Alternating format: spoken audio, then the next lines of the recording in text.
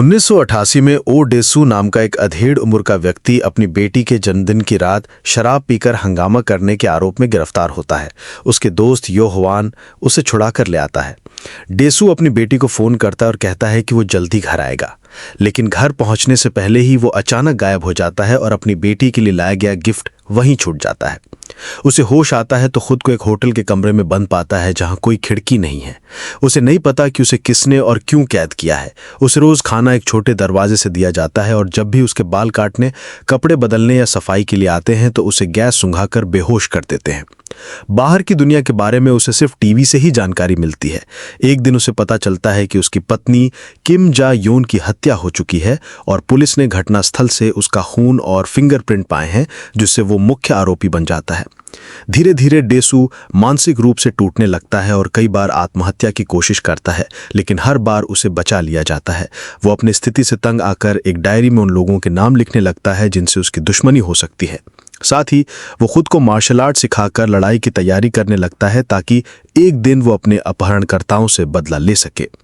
करीब 6 साल बाद वो एक धातु की चॉपस्टिक से दीवार में छेद करने लगता है और धीरे धीरे एक बड़ा सुराख बना लेता है, जिससे वो बाहर की बारिश को छू सकता है। वो वहां से भागने की योजना बनाता है, लेकिन उससे पहले ही वो फिर से गैस से बेहोश कर दिया जाता है। फिर एक महिला उसके कमरे में आती है और उसे सम्मोहित करती है। 15 साल कैद में रहने के बाद वो एकदम नए सूट और घड़ी में बाहर खुले में आता है। वो चारों ओर देखता है और अपने पुराने जर्नल्स पाता है। पास ही बैठा एक आदमी अपने कुत्ते को पकड़े हुए होता है, जो कहता है कि उसे आत्महत्या करने से ना रोका जाए। डेसू उसके हाथ को पकड़कर अपने चेहरे से लगाता है और मुस्कुराता है। जब वो आदमी कूदने वाला होता है, डेसू उसे टाई से पकड़ लेता है और कहता है कि पहले उसकी कहानी सुने। उससे बात करने के बाद डेसू वहां से चला जाता है और आदमी को वहीं छोड़ देता है। कुछ ही देर में वो आदमी बिल्डिंग से कूदकर कार पर गिरता है और मर जाता है। डेसू शहर की सड़कों पर घूमते हुए सोचने लगता है कि अब क्या करना है। वो अपने दोस्तों या रिश्तेदारों से संपर्क नहीं करता क्योंकि वो अब भी अपनी पत्नी के मर्डर का संदिग्ध है। सड़क पर कुछ लड़कों से भिड़कर वो अपनी सीखी हुई फाइटिंग स्किल्स आजमाता है और उन्हें हरा देता है। फिर वो एक सी फूड रेस्टोरेंट के सामने बैठा होता है जब एक भिखारी उसे एक फोन और पैसे से भरा वॉलेट देता है। भिखारी कहता है कि वो कुछ नहीं जानता, सवाल मत पूछो। डेसू रेस्टोरेंट में जाकर कुछ जिंदा खाने को कहता है। वहां वो जिस सर्वर लड़की से खाना मंगवाता है वो उसे टीवी पर देखी एक शेफ प्रतियोगिता की कॉन्टेस्टेंट लगती है। तभी उसका फोन बजता है और पूछता है कि कौन है। फोन पर मौजूद शख्स उसे ताना मारता और कहता है कि नया सूट कैसा लगा। डेसू उसे पहचानने की कोशिश करता है और पूछता है कि आखिर उसे कैद क्यों किया गया था। फोन पर मौजूद शख्स कहता है कि उसका नाम जानना जरूरी नहीं है। वो कहता है कि डेसू खुद अपने अतीत पर ध्यान दे और समझे कि उसे क्यों बंद किया गया था। फिर वो कहता है कि जल्दी उसे ढूंढे और फोन काट देता है। तभी वेट्रेस एक जिंदा ऑक्टोपस लेकर आती है। वो पूछती है कि क्या काट कर दी है। वैसे ही डेसू खुद ही ऑक्टोपस को पकड़कर खाने लगता है और खाना खत्म होते ही बेहोश हो जाता है। जब वो होश में आता है तो खुद को उसी सर्वर के घर में पाता है जब उसे दवा दे चुकी होती है। वो बताती है कि दवा ने असर कर दिया है। वो बाथरूम की तरफ जाता है, लेकिन लड़की चेतावनी देती है कि लॉक बराबर नहीं है और उसके पास चाकू है। बावजूद इसके डेसू जबरदस्ती बाथरूम में घुसता है और उस पर गलत कोशिश करता है। लड़की चाकू की बट से उसका सिर मारकर उसे रोक देती है। डेसू वहां से जाने ही वाला होता है कि लड़की उसे रोकती है और अपना नाम मीडो बताती है। वो कहती है कि वो भी उसके करीब आना चाहती है, लेकिन तब जब वो तैयार होगी। फिर वे मिलकर उसकी बेटी को ढूंढने का फैसला करते हैं। उन्हें पता चलता है कि उसकी बेटी को स्वीडन के एक कपल ने गोद ले लिया था। डेसू बेटी से संपर्क करने की कोशिश छोड़ देता है और उस आदमी को ढूंढने निकल जाता है जिसने उसे कैद किया था।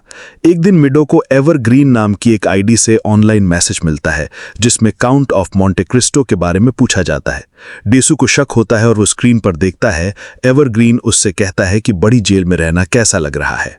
मीडो कहती है कि वो सिर्फ सुशी की बातें करती थी, लेकिन डेसू को अब मीडो पर भी शक हो जाता है। वो खुद ही जांच शुरू करता है। उसे वो रेस्टोरेंट मिल जाता है जहां से उसे 15 साल तक खाना भेजा जाता था। वो डिलीवरी बॉय का पीछा करता है और उसी बिल्डिंग में पहुंचता है जहां उसे बंद किया गया था। वहां वो एक गार्ड को हथौड़े से मार देता है और पता चलता है कि ये जगह एक प्राइवेट क्रिमिनल ऑर्गेनाइजेशन चलाता है जो पैसे लेकर लोगों को कैद करता है।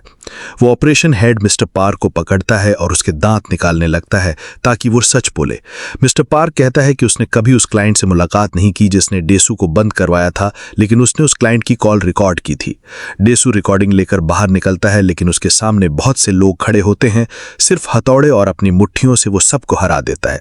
पीठ में चाकू लगने के बावजूद वो लड़ता रहता है। बाहर निकलते ही वो चाकू निकालता है और बेहोश होकर गिर पड़ता है। एक अनजान आदमी उसे उठाता है और टैक्सी में बैठा देता है। फिर वो आदमी बताता है कि वही उसे 15 साल तक बंद करके रखे हुए था। डेसू घायल होने की वजह से कुछ नहीं कर पाता, बस उस आदमी को देखता रहता है। फिर वो अपने घर जाकर मिस्टर पार्क के दिए हुए रिकॉर्ड को सुनता है। वो सुनता है कि मिस्टर पार्क और वो रहस्यमय आदमी आपस में बात कर रहे हैं कि डेसू को कितने समय तक कैद में रखना है और अगर उसे स्किज़ोफ्रेनिया हो जाए तो कौन सी दवाएं दी जा सकती हैं। जब मिस्टर पार्क पूछता है कि डेसू ने ऐसा क्या किया था जो इतनी लंबी सजा दी गई, तो क्लाइंट जवाब देता है कि वो बहुत बोलता है। अगले दिन डेसू अपने दोस्त यो हुआन के पास जाता है और पूछता है कि क्या वो उस आवाज को पहचानता है जो रिकॉर्डिंग में है। यो हुआन पहचान नहीं पाता, लेकिन वो ऑनलाइन एवरग्रीन नाम ढूंढने में मदद करता है। एवरग्रीन डेसू को और चिढ़ाता है और बताता है कि उस पर लगे अपराध की सीमा समाप्त हो चुकी है। डेसू वापस मिडो के घर जाता है और उसे जबरदस्ती जानकारी देने के लिए प्रताड़ित करने लगता है। तभी यो हुआन का फोन आता है। वो बताता है कि उसने एवरग्रीन की असली पहचान जान ली है। एवरग्रीन का असली नाम है सू दी आ और वो मिडो के घर के सामने वाली बिल्डिंग में रहता है। डेसू तुरंत वहां पहुंचता है और एवरग्रीन से मिलता है, साथ ही उसके बॉडीगार्ड मिस्टर हान से भी। एवरग्रीन कहता है कि अगर डेसू ने 5 दिन में ये नहीं जान पाया कि उसे कैद क्यों किया गया तो वो मिडो को मार डालेगा, लेकिन अगर पता लगा लिया तो वो खुद अपनी जान ले लेगा। वो डेसू पर हमला करता है, लेकिन मिस्टर हान उसे रोक देता है। एवरग्रीन बताता है कि अगर डेसू ने उसे मारने की कोशिश की तो वो खुद को मार लेगा, क्योंकि उसके पास एक पेसमेकर है जिसे वो बटन से बंद कर सकता है। वो डेसू को बदला लेने के लिए उकसाता है और याद दिलाता है कि उसने मिडो को घर में बंधा छोड़ा है और दरवाजा खुला है। डेसू वापस भागता है और देखता है कि मिडो को मिस्टर पार्क और उसके लोग प्रताड़ित कर रहे हैं। डेसू को पकड़कर जमीन पर गिरा दिया जाता है और मिस्टर पार्क उसका दांत निकालने की कोशिश करता है, लेकिन तभी फोन आता है और मिस्टर हान पहुंच जाता है। वो मिस्टर पार्क को पैसों से भरा सूटकेस देता है। पार्क पैसे लेकर चला जाता है और डेसू को छोड़ देता है। डेसू गुस्से में मिस्टर पार्क को हाथ काटने की धमकी देता है। फिर वो और मिडो वहां से निकलते हैं। रास्ते में मिडो एक गाना गाती है जिसे संकेत मिलता है कि अब वो डेसू के करीब आना चाहती है। उनके बीच शारीरिक संबंध बनते हैं, लेकिन सोने के बाद कमरे में नींद की गैस भर जाती है और एवरग्रीन वहां एक पैकेज छोड़ जाता है। जब वे उसे खोलते हैं तो उसमें मिस्टर पार्क का कटा हुआ हाथ होता है। डेसू समझ जाता है कि उनके कमरे में बग लगाया गया है और वो उसे हटवाने के लिए दुकान जाता है।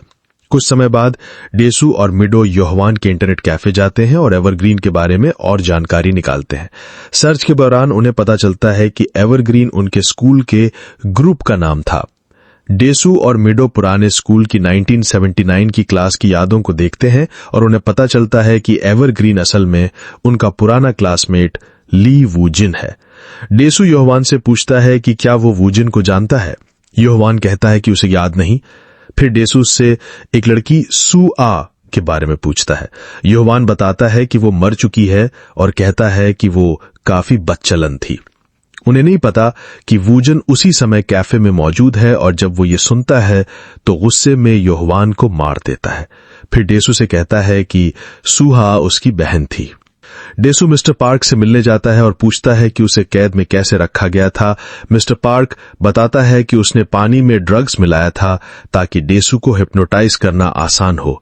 साथ ही वो ये भी वादा करता है कि जब तक डेसू वुजिन को ढूंढता है वो मिडो की सुरक्षा करेगा। एक और क्लासमेट बताता है कि स्कूल में सुआ के बारे में अफवाहें फैलाने वाला योहवान ही था। तब डेसू को याद आता है कि उसने स्कूल में वूजिन और सुआ को एक अंतरंग पल में देख लिया था और उसने वो बात योहवान को बता दी थी। वूजिन के द्वारा छोड़े गए संकेतों के जरिए डेसू वूजिन के घर पहुंचता है। वो उस पर हिप्नोटिज्म का आरोप लगाता है, लेकिन वूजिन कहता है कि यादें खुद ब खुद भूल गई थीं, हिप्नोटिज्म की जरूरत नहीं थी। फिर वूजिन बताता है कि सू आ के प्रेग्नेंट होने की अफवाहें स्कूल में फैलने लगी थीं और वो खुद को सच में प्रेग्नेंट मानने लगी थी। वूजिन इसके लिए डेसू को दोषी ठहराता है। डेसू आरोप लगाता है कि वूजिन ने अपनी बहन को मार डाला क्योंकि वो अपनी रिश्ते की सच्चाई से डर गया था। लेकिन वूजिन मुस्कुराता है और बताता है कि उसने एक हिप्नोटिस्ट की मदद से ही डेसू और मिडो की मुलाकात करवाई थी। वो एक फोटो एल्बम दिखाता है जिसमें बच्चे की तस्वीरें होती हैं और धीरे धीरे डेसू को पता चलता है कि मिडो ही उसकी बेटी है। ये जानकर वो हैरान और गुस्से में आकर वूजिन पर हमला करता है, लेकिन मिस्टर हान उसे रोक देता है। वो जिसे घायल कर देता है, लेकिन फिर भी मिस्टर हान उसे काबू में कर लेता है। वूजिन ये सब देखकर थक जाता है और खुद अपने बॉडीगार्ड को मार देता है। वो डेसू को बताता है कि मिस्टर पार्क अब भी उसी के लिए काम करता है। उस वक्त मिडो को एक गिफ्ट बॉक्स दिया जा रहा होता है और कहा जाता है कि इसे खोलें। डेसू फोन पर मिडो को मना करता है और कहता है कि वो पहले खुद आएगा। डेसू वूजिन के सामने घुटनों पर बैठ जाता है और उसके सामने कुत्ते की तरह भौंकने लगता है, लेकिन जब इससे कोई असर नहीं होता तो वो अपना जीभ काट लेता है। अब वूजिन मिस्टर पार्क से कहता है कि बॉक्स मत खोलो और खुद वहां से चला जाता है, लेकिन वो जाते जाते एक रिमोट देता है। जब डेसू बटन दबाता है तो उसमें उसकी और मिडो की आवाज होती है जब वे अंतरंग हो रहे थे। वूजिन लिफ्ट में जाता है और सुआ की मौत की याद करता है। सुआ ने कहा था कि उसे जाने दो और लिफ्ट खुलते ही वूजिन खुद को गोली मार लेता है। अब एक दूर दराज गांव में डेसू हिप्नोटिस्ट को एक चिट्ठी लिखता है और अपनी कहानी बताकर मदद मांगता है। शुरुआत में वो हिप्नोटिस्ट मना कर देती है, लेकिन चिट्ठी के आखिरी शब्दों से मना लेते हैं, चाहे मैं जानवर जैसा हूं, क्या मुझे जीने का हक नहीं।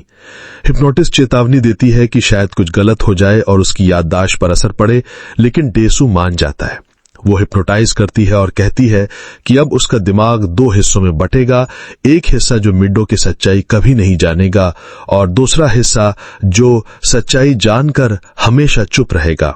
वो दूसरा हिस्सा अब चलता रहेगा, हर कदम पर 1 साल बूढ़ा होता जाएगा और आखिरकार 70 की उम्र में मर जाएगा। बाद में बर्फ में अकेला बैठा डेसू जागता है। मिडो आती है और उसे गले लगाकर कहती है कि वो उससे प्यार करती है। डेसू मुस्कुराता है, लेकिन वो मुस्कुराहट धीरे धीरे दर्द और पीड़ा में बदल जाती है।